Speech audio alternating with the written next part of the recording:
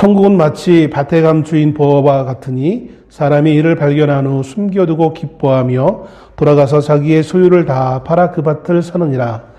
또 천국은 마치 좋은 진주를 구하는 장사와 같으니 극히 값진 진주 하나를 발견하매 가서 자기의 소유를 다 팔아 그 진주를 사느니라. 또 천국은 마치 바다에 치고 각종 물고기를 모는 그물과 같으니 그물에 가득함에 물가로 끌어내고 앉아서 좋은 것은 그릇에 담고 못된 것은 내버리느니라. 세상 끝에도 이러하리라. 천사들이 와서 의인 중에서 악인을 갈라내어 풀무불에 던져 넣으리니 거기서 울며 이를 갈리라. 아멘.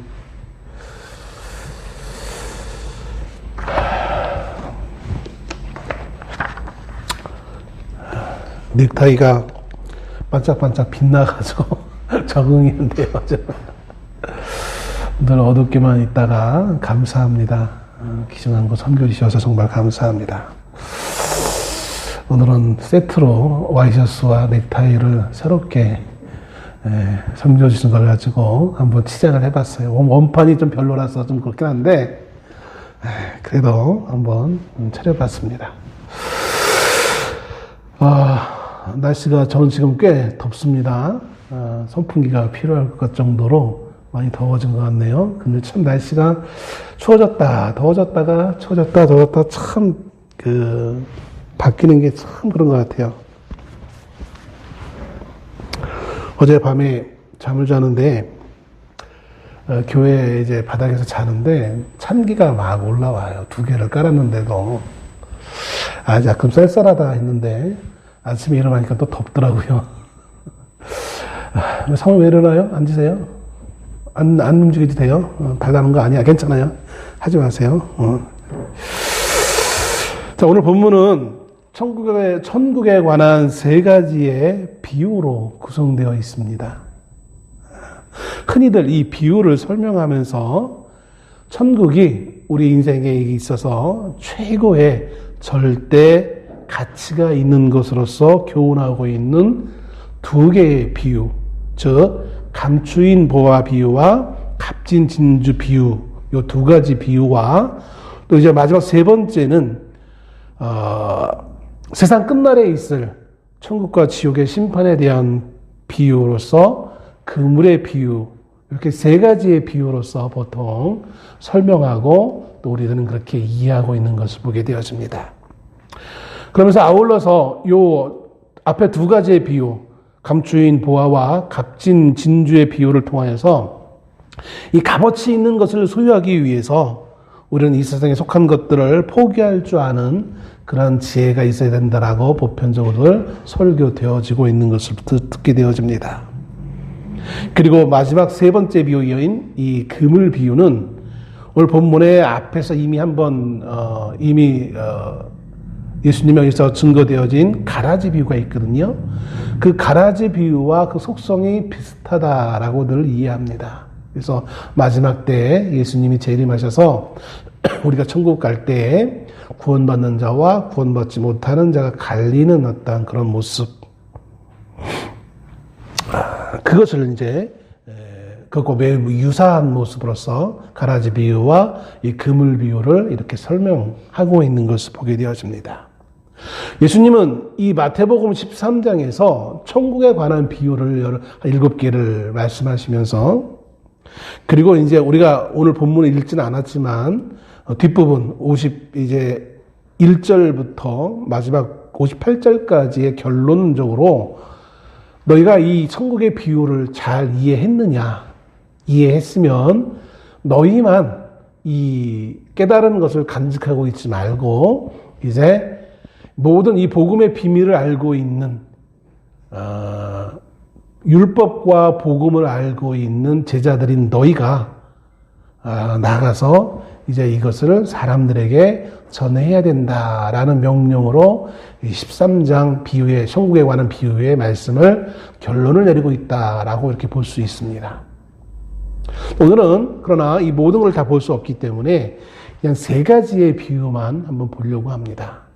이 3가지의 비유를 통해서 우리가 교훈을 받기를 원하고, 또 제가 이 세 가지의 비유는 사실은 몇 년 전서부터 계속해서 준비하면서 이 말씀을 좀 언제든가 한번 증거해야 되겠다라고 생각하면서도 준비하다가 몇 번 이렇게 좀 망설여져서 좀 포기했던 경험이 있어요.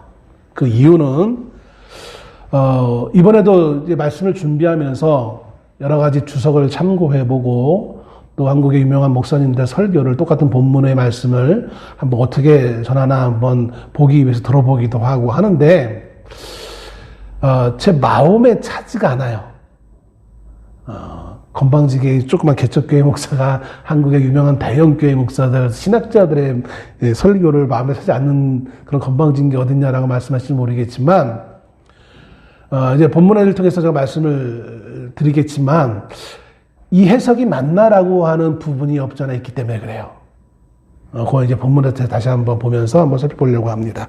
그래서 제가 여러 번 준비했다가 사실 포기했었어요. 그러다가 이번 주 초에 다시 한번 강한 감동을 받고 아무튼 제가 묵상하면서 받은 것이 맞다라는 확신 가운데 오늘 저와 여러분이 이 말씀에 도전받기를 원해서 이 말씀을 들고 섰습니다.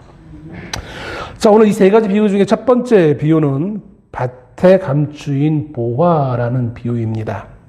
44절 한 절로 된 말씀이죠. 이것은 앞에서 말씀드렸던 것처럼 천국의 가치를 보여주고 있다라고 이렇게 적용되어지고 있습니다. 천국은 마치 밭에 감추인 보화와 같으니 사람이 이를 발견한 후 숨겨두고 기뻐하여 돌아가서 자기의 소유를 다 팔아 그 밭을 사느니라. 이 팔레스틴 지역, 물론 팔레스틴 지역뿐만 아니라 아마 전 세계 모든 고대에는 다 이런 비슷한 행동을 하지 않았을까라는 생각을 해보게 되어집니다. 약탈이 빈번하고 전쟁이 있기 때문에 자신이 가지고 있는 재산을 지키기 위해 오늘날 같이 너무 공적 은행에 있는 것도 아니고 그래서 자신의 재물을 약탈 도적이 오거나 아니면 전쟁이 일어나면 피하면서 그걸 다 가져갈 수 없잖아요. 그래서 땅에 원래 그것을 묻고 이렇게 도망가는 그런 일이 비일비재했던 것을 보게 되어집니다. 작년에 유행했던 드라마 중에 연인이라는 드라마가 있었어요. 병자 호란을 배경으로 하는 그 드라마에 북쪽 오랑캐가 침략하니까 이제 마을 사람들이 도망가면서 그 여주인공이 자기가 귀히 여기는 신발들을 다 가져갈 수 없으니까 땅을 파가지고 하인으로 하여금 땅을 파괴해서 거기에다 이제 자기의 신발들을 다 이렇게 예쁜 고무신들을 다 감추는 그런 장면이 나온 모습을 보게 되었습니다. 그러니까 좀 철딱서니 없는 아가씨니까 자기의 신발을 꽃무늬 신발을 이렇게 감췄죠. 보편적으로는 거기다 뭐가 들어야 되겠습니까? 금은 보화가 이렇게 들어가야 되는 거잖아요.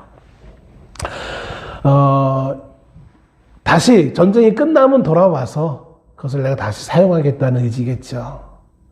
팔레스타인도 그런 경우가 참 많았습니다. 전쟁이 일어나서 도망가야 되는데 다 가져갈 수는 없고 귀중한 어떤 땅 문서라든지 아니면 금은보화가 있으면 그것을 땅을 파서 자기만 아는 곳에 묻고 자기만 아는 표시를 해놓고 도망을 가게 되어지죠. 자, 그런데 문제는 그 숨긴 사람이 다시 자기의 집으로 100% 돌아온다는 보장은 없다는 것이죠. 어떤 일은 돌아오겠다라고 작심을 했지만 그만 돌아오지 못하는 경우가 생기기도 합니다. 그것이 목숨을 다해서일 수도 있고 아니면 다른 돌반전의 상황이 발생했기 때문에 돌아올 수 없는 그런 일이 일어나기도 하지요. 그런 예가 매우 흔했던 걸로 생각되어집니다. 오늘 예수님은 그 당시 그 지역에 흔하게 있었던 그 현상을 빌려서 오늘 천국에 대한 값어치를 설명하기 위해서 비유를 사용해서 제자들에게 설명해 주고 있는 것을 보게 되어집니다.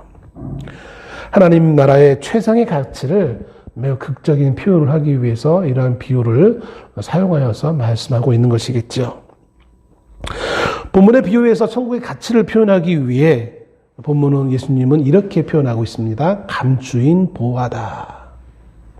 감추인 보화라는 말을 들었을 때 여러분 어떤 이미지가 먼저 떠오르십니까? 어떤 느낌을 여러분 받으십니까? 저는 일단 감추인 보화라고 했을 때 두 가지 숨겨져 있는 의미가 담겨져 있는 것을 찾아볼 수 있을 것 같습니다. 첫째는 감췄다라고 하는 것은 비밀스럽다라는 거예요. 기껏 보화를 감췄는데 누가 다 알게 되면 안 되는 거잖아요. 오늘 감추인이라는 말에는 결국 천국의 비밀한 속성이 있음을 말해주고 있는 것입니다. 그냥은 알 수 없는 비밀스러운 무언가가 있다라는 거예요. 그러니까 천국의 예수님도 다른 곳에서 천국의 비밀을 너희에게는 가르쳐 줄 것을 너희에게는 하나님 허락했지만 다른 이들에게는 허락하지 않았기 때문에 내가 비유로 말한다라고 말씀하신 부분이 있는 것을 보게 되었습니다. 그러니까 가르쳐 주지 않으면 알 수 없는 천국의 비밀스러움이 있다는 겁니다. 두 번째는 보화라는 단어를 통해서 알 수 있는 것은 그 값어치는 매우 높다라는 것을 의미하는 것이죠. 비밀스러운데 그 값어치가 매우 높은 거예요. 그런데 오늘 본문의 비유해 보니까 그 감추인 보화를 사람이 발견했다라고 기록합니다. 이 감추인 보화를 발견한 사람이 어떤 사람인지는 예수님이 말씀하시지 않았어요. 이 비유에 나오지 않아요. 중요한 것도 아니고 이 사람이 그 밭을 소유한 것은 아니라는 것은 명확한데 흔히들 많은 목사님들이 이 본문의 말씀을 이야기하면서 어떻게 설명하시냐면 아마 소장농이지 않았을까. 그래서 우연찮게 밭을 갈다가 보화를 발견하는 것이다 라고들 이렇게 드라마틱하게 말씀을 하십니다. 뭐 그럴 수도 있겠죠. 그러나 전혀 아닐 수도 있어요. 그냥 지나가던 사람일 수도 있습니다. 지나가던 사람인데 우연찮게 그게 드러나게 되어져서 그걸 발견할 수도 있는 것이죠. 어쩌면 소장농이라는 경우보다 훨씬 더 지나가는 그냥 우연찮게 지나가는 사람으로 표현하는 것이 훨씬 더 예수님이 말씀하시는 의미와 더 부합하지 않을까라는 생각을 해보게 되었습니다. 왜냐하면 이제 이어지는 말씀 가운데 제 이유가 담겨져 있습니다. 이 사람은 이 보화를 찾기 위해 애쓰던 사람이 아니에요. 만약 소장농이었다면 평상시 이 밭을 매우 열심히 관리하는, 열심히 그 밭을 일구고 거기에 곡식을 심고 여러 가지 모든 것도 하던 사람일 수 있겠죠. 근데 사실 이 비유에는 그런 어떤 뭔가를 열심히 하던 그런 사람이 이것을 발견했다는 의미가 아니거든요. 그냥 우연찮게 발견하는 거예요. 우연찮게 길 가다가 딱 봤는데 1,000원짜리 하나 주세요. 요즘 1,000원짜리 참 애들도 안 눈간지죠. 마음처럼 10,000원인데 이제 줬는데 이제 의미가 있겠죠. 지나가는데 10,000원짜리가 딱 애들만 만나 개꿀 딱. 어느 사람이 정말 우연히 이 밭에서 보화를 발견하게 되었습니다.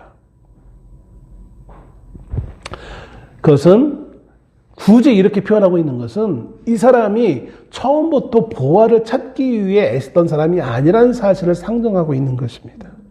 그냥 단지 우연히 발견했다라는 것을 말씀해 주고 있는 거예요. 즉 의도적으로 찾아내는 것이 아니라는 것입니다. 그냥 발견되어진 것을 나타내고 있습니다. 천국은 우리가 애써서 들어간다고 막 해가지고 열심히 노력해서 갈 수 있는 천국이 아니에요. 천국의 속성이 여러 가지가 있는데 그 중에 하나가, 대표적인 속성이 하나가 우리가 가고 싶다고 해서 가는 것이 천국이 아니라고 우리는 알고 있습니다. 그죠? 그거에 의한다면 여기는 정말 우연히 발견되어진 거예요. 인위적으로 뭔가 애써가지고 막 착한 일을 막 해야지, 좋은 일을 막 하면 우리 흔히들 뭐 금도끼, 은도끼 옛날 그 동화 속에 나오는 것처럼 착하고 수고했다, 착한 나무꾼아, 속이지 않고 거짓말하지 않고 참 정직하니 내가 너에게 선물을 금도끼, 은도끼를 다 주겠다라는 그런 식의 어떤 교훈에 익숙한 우리의 입장에서는 낯선 것일 수밖에 없어요. 근데 우리는 마치 그렇게 애씀이 당연한 것처럼 여기고 우리는 이렇게 살아갑니다. 그런데 천국은 그렇지 않아요. 우리 애씀과는 전혀 상관없이 천국이 발견되어지는 것이고 주어지는 거예요. 즉 구원은 내가 준비해서 받는 게 아니라 구원은 어느 날 우리에게 찾아온 것입니다. 많은 사람들이 착각하는 것은 구원은 내가 애써서 받는다고 생각하고 있어요. 내가 노력한 만큼 받는다고 생각하고 있어요. 내가 열심히 하면 받는다고 생각하고 있어요. 착하면 받는다고 하고 있어요. 어린아이들 예전에 그 복음성가 애 듣는 것처럼 천국에 가는 길 하도 오래돼가지고 다 잊어먹었네요. 맘 착해도 못해요. 못 가요. 어여쁘도 못 가요. 하는 그런 복음성 찬송이 있었던 기억이 납니다. 그래요. 천국은 뭔가 조건이 다른 어떤 인간이 할 수 있는 어떤 뭔가의 조건이 충족되어졌다고 가는 것이 아니라 어느 날 갑자기 우리에게 주어지는 거예요. 그래서 영국의 20세기 가장 최고의 기독교 변증가라고 알려진 또 나니아 연대기라는 소설을 쓰고 순전한 기독교라는 대표적인 책을 쓴 소설가이면서 신학자인 C.S. 루이스는 이 구원에 대해서 말하기를 예기치 못한 기쁨이라고 이렇게 말했습니다. 예기치 못한 기쁨. 구원은 내가 준비되어서 받는 것이 아니라 예기치 못해 받는 기쁨이라는 거예요. 예상하지도 못했는데 나에게 주어진 것이 구원이라는 것이죠. 이 비유를 통해서 하나님이 말씀하고 있는 것은 그들 많이 말하는 것처럼 천국이 정말 값어치가 있는 거야. 감추인 보호하니까 얼마나 대단한 값어치가 있길래 이렇게 있겠어. 값어치가 있는 거야. 에만 방점을 찍고 그거에만 강조하고 있는데 그런 사실 이거는 우리가 천국은 우리에게 선물로 주어진 것에 대한 의미도 여기에 더 남아있는 것을 보게 되어지는 것입니다. 이 비유를 통해서 많은 분들이 설명하면서 이 감추인 보화를 찾기 위해 이 사람이 어떻게 했어? 그 과정을 보면서 이 과정이 바로 우리의 헌신의 과정이라고 설명을 한다는 것이죠. 천국을 발견한 자는 이런 헌신이 필요해. 이 사람이 이 보화를 밭에서 감추인 보화를 발견한 다음에 그 밭을 사기 위해 몰래 얼마나 마음 졸이면서 온 마음을 다해 자신의 가지고 있는 모든 것을 다 팔아 이 밭을 샀다라는 그 대목을 보면서 이것이야말로 천국을 향하는 우리의 헌신을 상징하고 있다라고 말들 하고 있는 것을 보게 되었습니다. 자, 본문의 말씀을 다시 한번 볼까요? 44절에 사람이 이를 발견 후 숨겨두고 기뻐하며 돌아가서 자기의 소유를 다 팔아 그 밭을 사느니라. 여기에 세 가지의 동사가 연이어서 등장합니다. 돌아가서 다 팔아 사느니라. 이 모든 동사의 시제는 현재형입니다. 돌아가는 것과 자신의 재산을 파는 것과 그래서 밭을 사는 이 모든 것을 다 현재형으로 써 있어요. 시간선으로 보면 어떤 건 분명히 과거형으로 써야 될 법도 한데 과거형이 아니라 현재형으로 쓰고 있습니다. 이것을 발견한 사람이 즉각적인 행동을 묘사하기 위해 의도적으로 현재형으로 기록해주고 있는 것을 보게 되었습니다. 이 보화를 발견한 사람은 그 보화를 얻기 위해서 즉시 자기의 모든 소유를 다 팔아 그 밭을 샀습니다. 이것은 그가 치룬 희생보다 그 보화가 더 큰 이익이라는 것을 깨달았기 때문이라는 것이죠. 그런데 여기서 우리가 한번 생각해 봅시다. 이 사람에게 있어서 정말 중요한 것은 무엇이었을까요? 밭을 사는 것 자체입니까? 아니면 그 밭에 있는 보화입니까? 이 사람에게 중요한 것은 밭이 아니에요. 그 밭에 감추인 보화예요. 보화를 얻기 위해 그 밭을 산 것뿐이지 밭 자체가 궁극적인 목적은 될 수 없는 것이죠. 밭에 감추인 보화의 가치를 자신이 가지고 있는 것보다 훨씬 더 높이 여겼습니다. 그래서 보아 때문에 밭을 산 것입니다. 그렇다면 많은 설교가들이, 많은 목사님들이 이 과정을 보면서 방금 제가 말씀드린 것처럼 이 모든 과정이 보아를 사기 위한 이 사람의 희생 혹은 노력, 헌신이지 않겠느냐라고 해석을 하면서 우리도 이처럼 이 귀한 천국을 소유하기 위해 노력하고 헌신해야 된다. 헌신의 의미가 있다라고 이렇게 말들을 한다는 것이죠. 많은 사람들은 거기에 감동을 받고, 저는 되게 감동 없이 이렇게 몸이 건조하게 말씀을 전하지만 아주 잘하시는 분들은 여기에 막 예화를 섞어가면서 막 감동을 받게 해서 성도들로 하여금 그래 나도 헌신해야지 까지 이끌기 위한 설교 말씀을 전하는 것을 보게 되었습니다. 그런데 문제는 과연 이 사람의 이 모든 과정이 그냥 우리가 알고 있는 것과 같은 그런 헌신이라고 할 수 있을까요? 그것을 희생이라고 할 수 있는 것일까요? 민우가 어제 밤늦게 저 학교 저 밑에 지방에서 그래도 집이라고 밤늦은 시간에 올라왔어요. 올라오면서 전철을 타고 왔겠죠. 물론 그 전철을 타면서 이제 현금은 안 내고 카드를 찍었겠지만, 전철을 타기 위해 현금이나 카드를 지불하고 올 때에 그 현금 지불하는 것을 헌신이라고 할 수 있을까요? 당연한 거잖아요. 그죠? 지방에서 집에까지 오려면 당연히 그를 값을 치러야만 올 수 있는 것이지, 그것을 희생이라고 어느 누구 생각하지 않아요. 그걸 노력이라고 생각하지 않는다는 것이죠. 물론 제가 이렇게 말씀한다고 해서 그럼 우리에게 헌신이 필요 없다라는 말은 아니에요. 잘못 오해를 하시면 안 돼요. 분명히 헌신의 과정이 필요합니다. 그런데 문제는 뭐냐면 우리가 천국에 들어가는 데 있어서 필요한 것은 우리의 헌신이 아니에요. 그건 당연한 삶인 거예요. 많은 사람들이 여기에서 착각을 해요. 내가 교회에 나가주고, 내가 믿어주고, 내가 희생해주고, 내가 헌금을 내주고, 이러면서 내가 이런 희생을 했어. 이 말은 결국 어떤 의미를 부여하냐면, 내가 이런 희생을 했기 때문에 당신은 나에게 이것을 주는 것이 당연한 것이야 라는 요구를 한다는 거예요. 헌신이라는 것은 마땅히 드리고 끝나는 거야 돼요.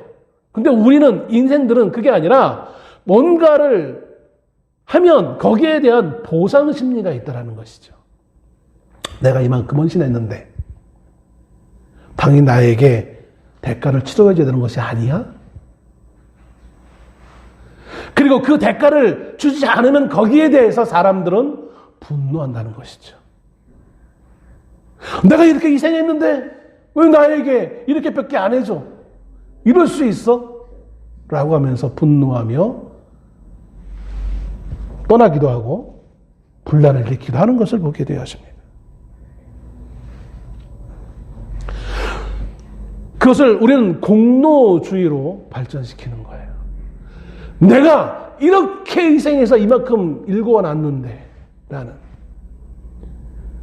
그 공로주의는 보상 심리를 발생하게 하는 것을 보게 되었습니다. 발견된 보아의 기쁨 때문에 이 사람은 자신의 재산을 팔아서 그 밭을 샀을 뿐인 것이지, 뭔가 헌신의 어떤 대가를 요구하고 있는 것은 아니에요. 그에게는 누구도 알 수 없는 기쁨이 있었던 거예요. 그래서 44절 말씀에 기뻐하여 돌아가서 기뻤어요. 뭐 때문에 기뻤습니까? 당연히 보아, 그것 때문에 기쁜 거예요. 그 보아를 갖기 위해 자신의 모든 것을 파는 것은 그것을 헌신이라고 말할 수 없어요. 당연한 대가를 치르는 거예요.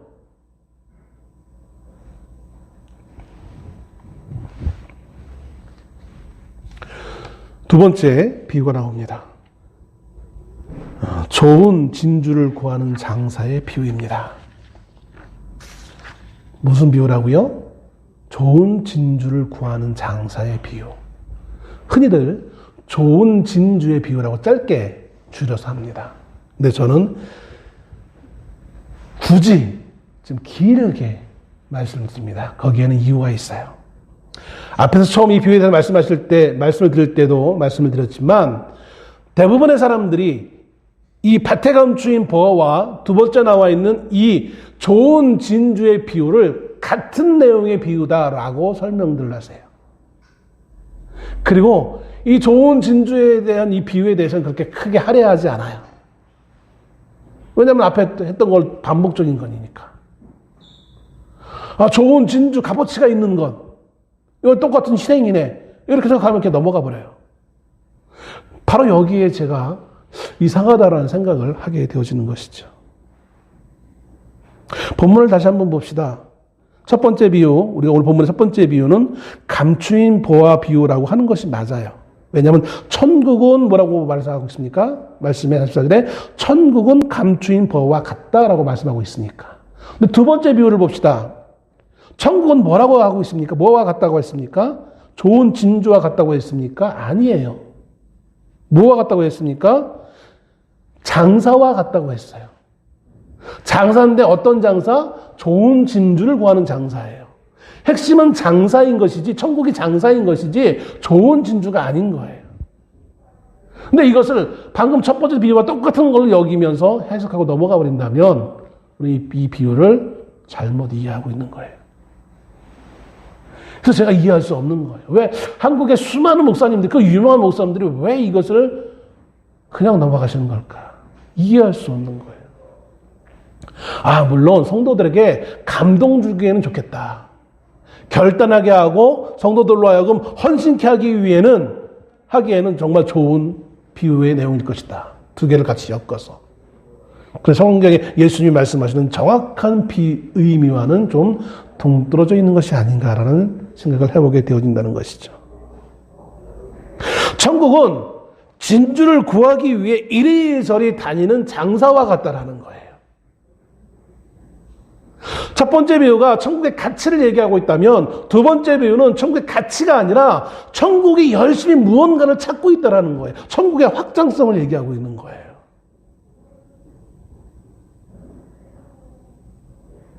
천국은 누구나 천국에 들어올 사람을 문을 열고 기다리고 있다는 거예요. 개방된 마음으로 기다리는데 어떤 사람을 기다리느냐? 값진 사람을 기다린다는 거예요.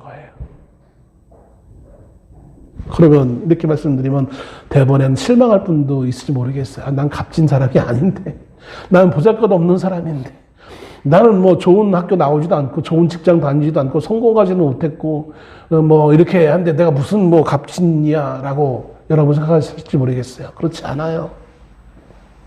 세상은 얼마나 배웠고 얼마나 많이 가졌고 얼마나 많이 알고 이런 거가 중요하지만 하나님은 그렇지 않아요. 얼마나 많이 배운 것이 천국에 중요한 것이 아니라는 거예요. 얼마나 많은 일을 했는지가 천국에 중요한 것이 아니라는 거예요. 그것은 하나님의 기준에 달려 있어요.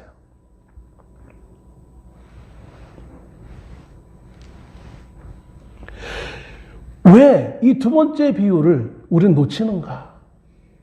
왜 예수님은 첫 번째 비유, 값진 보화의 비유 이어서 이 비유의 말씀을 하고 있는가?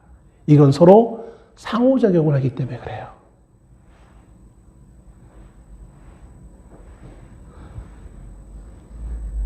천국의 가치를 말하고 있는 감추인 보화 비유 이후에 천국에 그렇게 정말 가치 있는 것이라면 천국, 그 가치 있는 천국이 도도하게 옳다면 오고 말려면 말고가 아니라 그 값어치 있는 천국이 모든 일을 수용하고자 하는 그런 준비가 되어 있다는 거예요. 흔히들 유명 대형 고급 백화점에 VVIP만 들어갈 수 있는 어떤 그런 특별한 어떤 그 구조를 가지고 사람들을 가려받는 것, 이 세상 그렇게 해요. 그런데 천국은 그렇지 않다는 거예요. VVIP만 들어가는 데가 아니라 찾아다니고 있어요. 직접 천국이 우리를 향해 찾아오고 있는 거예요. 우리와 상호작용을 하기 위해서. 그 값어치 있는 천국이 우리로 하여금 야 알지 좋은 거 너희도 알아 찾아와 이게 아니라 천국이 우리에게 다가오고 있는 거예요. 상호작용하기 위해서. 이 예가 맞는지 모르겠는데요. 나관중이 쓴 삼국지에 보면 많은 분들은 이제 진짜 역사의 삼국지와 이 소설 삼국지를 혼동하는 분이 너무나 많아요. 너무나 많이 이제 틀린데, 특히 이제 그 삼국지 중에 제가 어떤 부분을 오늘 말씀드리려고 하냐면, 유명한 그 관우가 이제 부상을 당해가지고 팔에 부상을 당해서 외과적 수술을 할 수밖에 없는 상황이었어요. 유명한 신의라고 알려진 화타가 와서 그를 치료하죠. 실질적으로 본다면 두 사람은 만나지 못합니다. 화타가 먼저 죽으니까. 아무튼 이 뼈를 깎는 그런 외과 수술을 해요. 근데 이제 그 수술을 하려면 고통스럽잖아요. 근데 그 당시에는 뭐 마취제가 있는 것도 아니고, 관우가 망설이는 이 화타에게 상관없으니까 그냥 수술하시오. 그러면서 여유작적하게 바둑을 다른 사람과 같이 바둑을 두면서 수술을 받습니다. 바둑을 두는 그 과정 가운데 화타는 관우의 팔을 수술합니다. 피가 낭자하며, 또 그다음에 그 뼈를 깎는, 독에 당한 것이기 때문에 그 뼈를 깎는 수술을 합니다. 근데 관우가 한 번도 얼굴을 찡그리지 않으면서 무난히 그 모든 수술을 마칩니다. 그러자 관우가 예의상 인사를 하죠. 정말 선생님은 명의이십니다. 그래서 화타가 또 화답하기를, 장군 같은 환자는 처음 보았고 명환자가 있기에 명의가 존재할 수 있는 것입니다. 이렇게 화답했다라는 거예요. 서로 상호작용하는 거예요. 천국은, 고귀한 그 값어치 있는 천국은 고귀하기 때문에 혼자 있는 게 아니라, 머물러 있는 것이 아니라, VVIP 그 고객들만 받아들이는 것이 아니라, 천국은 우리에게 지금 발견되어지기를 원하고 우리에게 다가오는 거예요. 오늘 진주를 찾기 위해 이리저리 다니는 이 장사, 이건 우리에게 무엇을 상징적으로 보여주고 있느냐면 예수님을 보여주고 있어요. 패턴은 똑같아요. 감추인 보화를 찾기 위해서 보화를 찾은 사람이 자기 모든 소유를 팔아서 밭을 산 것처럼, 이 장사도 자신이 가지고 있는 소유를 다 팔아 그 진주를 사요. 자신이 가지고 있는 진주는 뭘까요? 그게 바로 예수 그리스도예요. 예수 그리스도가 우리를 위해, 값진 진주인 하나님 보시 값진 진주인 우리를 위해 십자가에서 대속의 죽으심으로 그 모든 대가를 치르시고 우리를 사신 거예요. 내가 보기에는 세상적 환경을 봤을 때 나는 잘난 것도 없고 도대체 진주이긴커녕 흔한 짱돌도 못한 나를 주님은 뭐라고 말씀하시냐면, 아니야, 너는 값진 진주야. 오늘도 실패해서 이리저리 방황하고 있는 우리 인생과 연약한 우리 인생을 향하여서, 아니야, 너는 값진 진주야 라고 말씀하신다니까요. 오늘 얼마나 많은 사람들이 물질적으로 가난해서 혹은 여러 가지 인간관계 가운데 상처를 받아서 시리에 빠져 있고 절망하며 하루하루의 삶을 살기에 낙심하며 자신의 인생에 이 땅에서 존재조차도 부담스러워하는 인생들이 얼마나 많이 있습니까? 그런데 하나님은 우리에게 그런 인생들에게 뭐라고 말씀하시냐면, 아니야, 너는 값진 보화야. 내가 너를 찾기 위해 내 모든 것을 다 팔았어. 하나님의 모든 것은 독생자 예수 그리스도가 십자가의 죽으심으로 우리에게 그대로 보여주고 있는 거예요. 이 비유의 내용이 바로 예수님 당신을 지금 얘기하고 있는 거예요.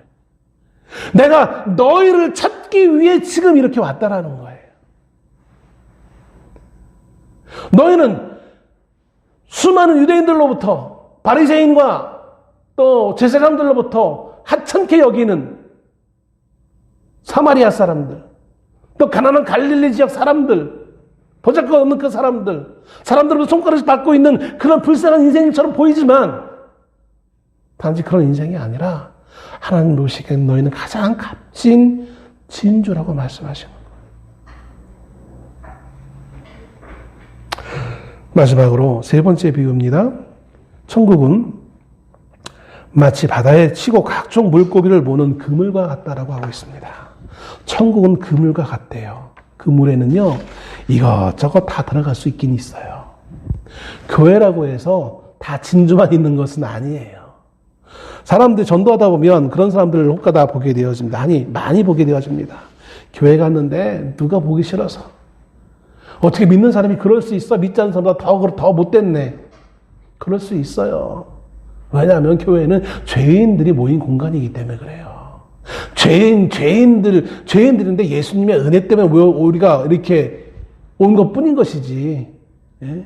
천국의 그물이니까 그물 갖고 쭉 당기다 보면 거기에 뭐 이 고기 저 고기 다 들어올 수밖에 없는 거예요. 그런데 그렇다고 해서 불평하지 말라는 거예요. 왜냐하면 언젠가는 이게 가질 때가 있는 거예요. 그물에 가득 찬다는 것은 마지막 때를 의미합니다. 마지막 때에 가면 이제 물고기를 분류한다는 거예요. 진짜 값진 진주인지 아닌지, 진짜 하나님의 사람인지 아닌지 구별이 된다는 거예요. 그 전까지는 그냥 함께 어울릴 수밖에 없는 거예요. 좁게는 이 교회, 또 넓게는 이 모든 세상도 마찬가지예요. 아니, 하나님이 살아계시면 좀 나쁜 놈들은 다 쓸어버리고 좀 좋은 사람만 남아있으면 얼마나 좋겠어. 우리는 이렇게 어린아이와 같은 생각을 해요. 그렇지 않아요.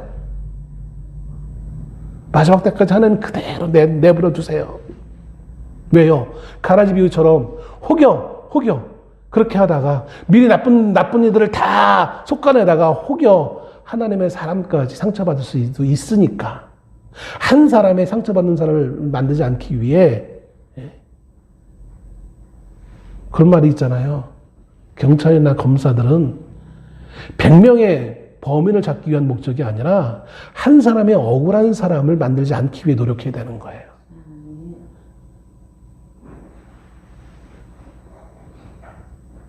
여러분, 하나님은 끝까지 인내하심으로 좀 기다리고 있을 뿐인 거예요. 마지막 때가 분명히 있다라는 거예요. 자, 그러면서 예수님이 이렇게 말씀하시죠. 세상 끝에도 이러하리라. 천사들이 와서 의인 중에서 악인을 갈라내어 풀무불에 던져 넣으리니 거기서 울며 이를 갈리라. 천국은 끊임없이 우리 인생에 가장 의미가 있는, 가장 값어치 있는 천국은 우리에게 발견되어지기를 기다리고 있습니다. 그 천국은 우리를 찾기 위해 지금도 우리에게 다가오고 있습니다. 열려 있습니다. 그리고 그 천국에 우리는 함께 포함되어 있습니다. 우리는 값진 진주로 하나님에 의해서 발견된 사람들입니다. 그 하나님에 의해서 발견된 사람으로서 우리가 인생을 살아갈 때 우리는 어떤 모습으로 살아가야 될까요? 오늘도 나는 보편적인 사람들처럼 인생의 여러 가지 쓴맛, 단맛, 짠맛 그걸 느끼면서도 그저 어떻게 하면 내 인생이 하루 조금 더 편안할까? 인생의 삶이 어떻게 하면 조금 좀 편안할까? 여기에만 관심이 있지. 내가 속해 있는 천국에 대해서는 아무런 관심을 갖지 못하고 살아가고 있지는 않습니까? 그저 내가 좀 힘들다고 나만 알아달라고 그렇게 말할 줄만 알지. 나를 위해 준비된 그 천국에 대한 본질을 우리는 얼마나 생각하며 그렇게 천국 백성다운 삶으로 살아가고 있습니까? 오늘 예수님의 이 세 가지 비유의 결론은 서두에 말씀드렸지만 사실 후반부에 나옵니다. 오늘 본문의 말씀 이후에 있는 51절부터 58절까지의 말씀이 나옵니다. 너희는 이 모든 비유를 깨달았느냐? 그럼 너희만 가지고 있지 말고 나가서 이것을 전하라. 전제 조건은 뭐예요? 깨달았느냐? 이해했느냐는 거예요.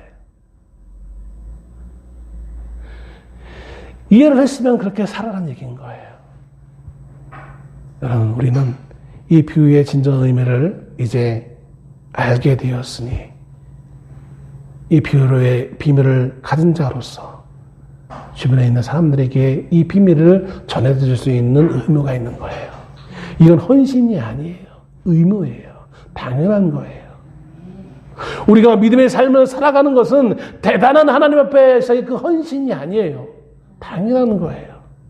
우리가 살아가면서 호흡을 하는 건 당연한 거잖아요. 호흡을 내가 하루에 지금 1분에 한 20번 했다고 해서 야 나에게 상을 주시오 이렇게 하는 거 아니잖아요. 당연한 건데, 살기 위해서 본능적으로 하는 건데, 우리가 하나님이 우리를 구원하셨기에 하나님의 백성으로 살아가는 건 즉히 당연한 건데, 우리는 그것을 마치 뭔가 대단한 우리가 희생하는 것처럼 의시되며 뻐기며 뭔가 또 다른 뭔가 나에게 주는 것이 마땅한 당연한 거 아니야 라고 요구하며 인생을 살아갑니다. 우리의 인생의 자세가 바뀌어야 될 줄로 압니다. 우리는 당연한 하나님의 백성으로서의 삶을 살아갈 수 있는 우리가 될 수 있기를 소원합니다.